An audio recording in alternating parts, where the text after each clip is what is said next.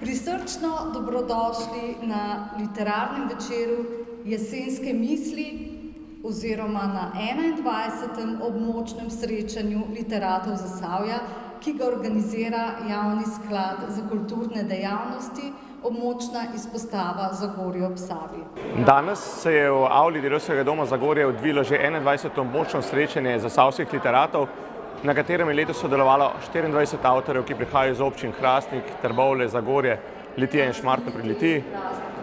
Veseli smo, da vsakoletnega srečanja dobimo prispevke iz vsepovsod in da na koncu nastane takale prijetna brošura Jesenske misli, v kateri so izbrani vsi prispevki od vsakega avtorja posebej. Bine kavbojk ni nikoli nosil, tudi zdaj na stara leta jih nima v svoji omari. Denarja mu ni manjkalo, rodarji so takrat dobro zaslužili, steklarji jim niso dorasli. Vrgel je torej oči na očarljivo Mileno in se ji štorasto približal. Zaletel se je vanjo, ko je zapuščala plesišče. Opravičil se je verjetno tako prisrčno presmukljeno, da se mu je samo nasmehnila in sledila njegovemu povabilu na hladno pijačo za točilno mizo.